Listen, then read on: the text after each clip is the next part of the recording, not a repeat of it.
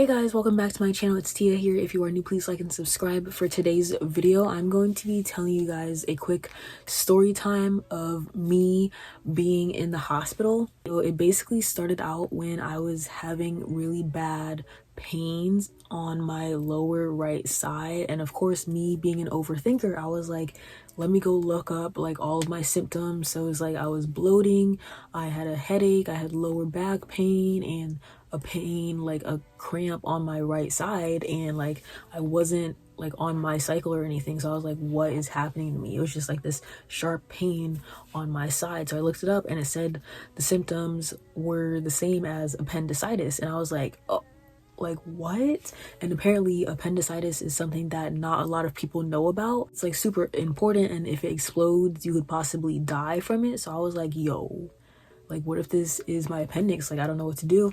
And it's like I didn't want to like go to the hospital because, you know, I'm an American. This is horrible. What is it, doctor? This man has no insurance. He'll never be able to afford this room. You're right, nurse. Extract the patient to the hallway. Stat!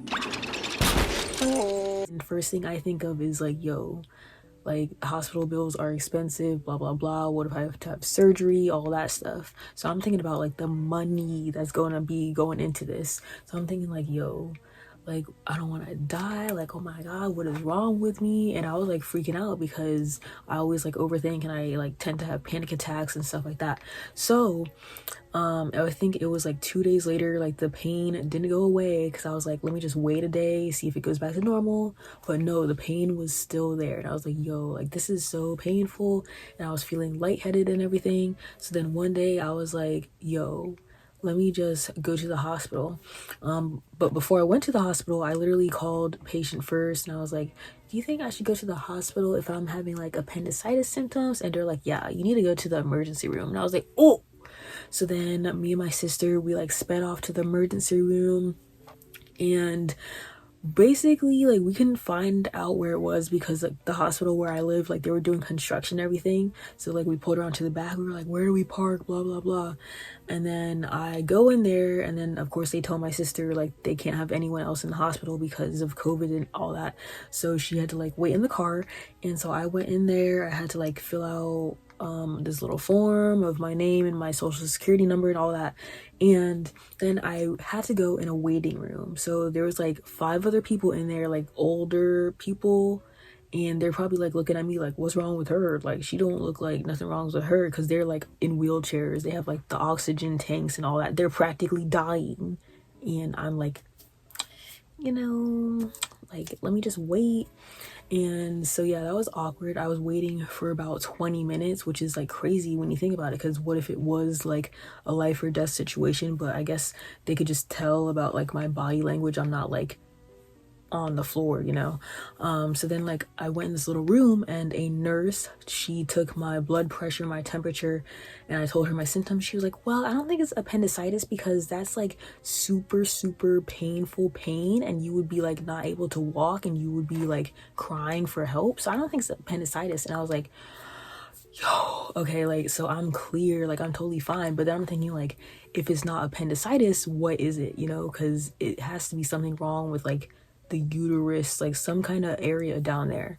So then after that I waited like another 20 minutes, and then this nurse called me back, and she was like, oh, follow me. And we're going like zigzagging through these hallways, and she's like walking all fast, and I'm like, yo, like this is a maze, like you get lost down here. And it was especially weird because their emergency room, like it's only for like emergencies, so there aren't gonna be like a lot of people back there like all the time.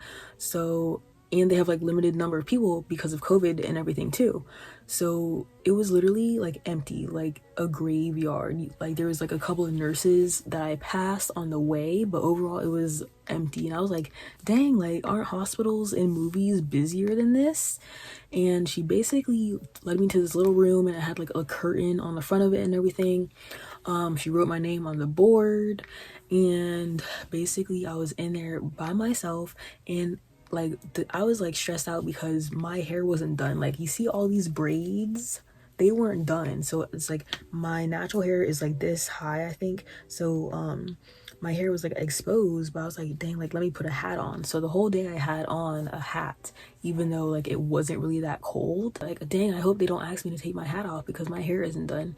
But yeah, I had my little room all to myself, and I had to put on one of those little hospital gowns. It's like where you get in your underwear and stuff. And that was really weird. So it was like that.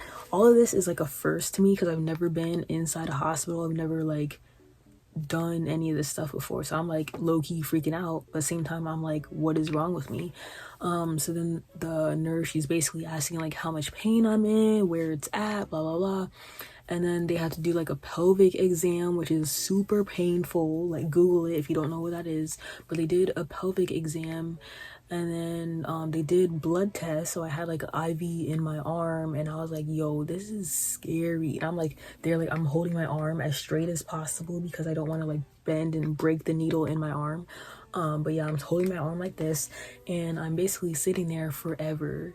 And it's like, it felt like forever because I'm like, dang, like what if I'm dying, like in bleeding internally or something, and you don't even know. So overall I was waiting for a really long time. I feel like they kind of put me off because they figured like I wasn't dying, so like let's go help the old people first, you know, that actually are dying. And so like I was fine with that. I just thought it was gonna take like 4 hours, 5 hours maybe, because I literally got there at about 10:30 in the morning.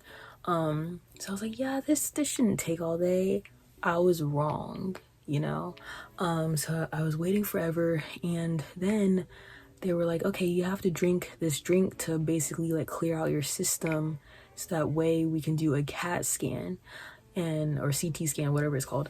So I had to drink this substance. It's like in a little bottle, and they mixed it with like a can of ginger ale, and I had to drink that whole thing within the span of an hour. And it basically like makes you have diarrhea to like clear out your system, so that way the scan can see like all your guts and everything.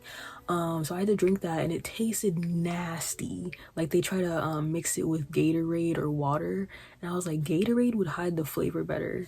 And she was like, oh, and no, it didn't hide it at all. It tasted terrible. Like it was poison. It's worse than any kind of medicine I've ever had. And then after that whole hour of drinking that little thing, you have to wait another hour so it can get all the way down there, so your body can like process it, digest it, all that. And then so I was waiting a whole nother hour, and then I was like, yo, like I feel weird, and I ran to the bathroom, and I had like diarrhea, I think like 3 times, I think, because it's like clearing you out. But I've literally never had diarrhea before, but I was like, yo, like my poop is liquid right now. Like I've never had it before, and like overall it's just like a terrible feeling. Also, I didn't even eat anything at all that day, and she was like, oh, that's good because you would have had like terrible diarrhea from this. And I was like, oh my gosh. But after that I literally waited an hour and 30 minutes after for like all the liquid to be settled in there. And then this guy, he comes over and he wheels me in a wheelchair, and he wheels me from that room, like he going zigzagging down these hallways. And once again I'm like, dude, this place is deserted, like I'm literally the only one here. Like that's how crazy it was.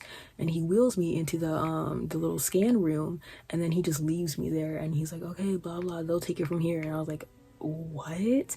And I'm thinking like, in a scan, like don't I have to like take my glasses off because like they don't want any metal in there? But apparently you can scan with your glasses on and metal in there. So I basically laid on there, and the guy, he was like, oh, this is gonna tingle for a second. I was like, what? And he like stuck this little thing into my IV, and it's like some kind of liquid to light up the scan. I don't know what it does, but it makes you feel like you're peeing on yourself. So it's like you're peeing, but you're not actually peeing. And it's like your whole body is warm, and it's like it's on fire. And I'm like, yo, what is happening? And then after that is inside you, he put you through the scan. And then there's like these whole like breathing things you have to do. And it was pretty quick, like overall, like you don't have to get naked or anything. But yeah, I was like, dang, like this is cool. And it was crazy because like when I went in there, he was like, have you ever done a scan before? I'm like, no, like I never freaking been here before. I don't know what's wrong with me. And then after that, I was waiting forever. He was like, okay, I'm gonna call the guy to wheel you back now. And then I'm sitting in the room for like 10 minutes. The room is freezing cold. And then the guy finally comes to wheel me back. And he wheels me back to my little room. And I'm sitting there waiting. I'm like, dang, like, how long do these results take? Because I'm pretty sure I read online that they take like 24 hours to process or whatever. But then I'm like, nah, I can't take that long because they need to know what's wrong with people like really fast. And then I'm waiting, and I'm watching TV, and then I have to keep getting up because I have diarrhea, and I just feel like terrible, and the pain is like still there. And then I'm like, I don't even remember what happened for real. I was there for like 10 hours. It was literally just a bunch of waiting. That's all it literally was. The guy comes back with my results at the end, and he was like, okay, like, let's see what's wrong with you. And he pulls up his little piece of paper, and he's like, okay, so we got the results from the scan and the blood work, and nothing's wrong with you. And I was like, what? And then they said that they think it was like some kind of like ovarian cyst or something that I had, but they can't see it because when cysts, like, they disappear, like they don't leave any like trace of evidence, like there was some like fluid left over or whatever.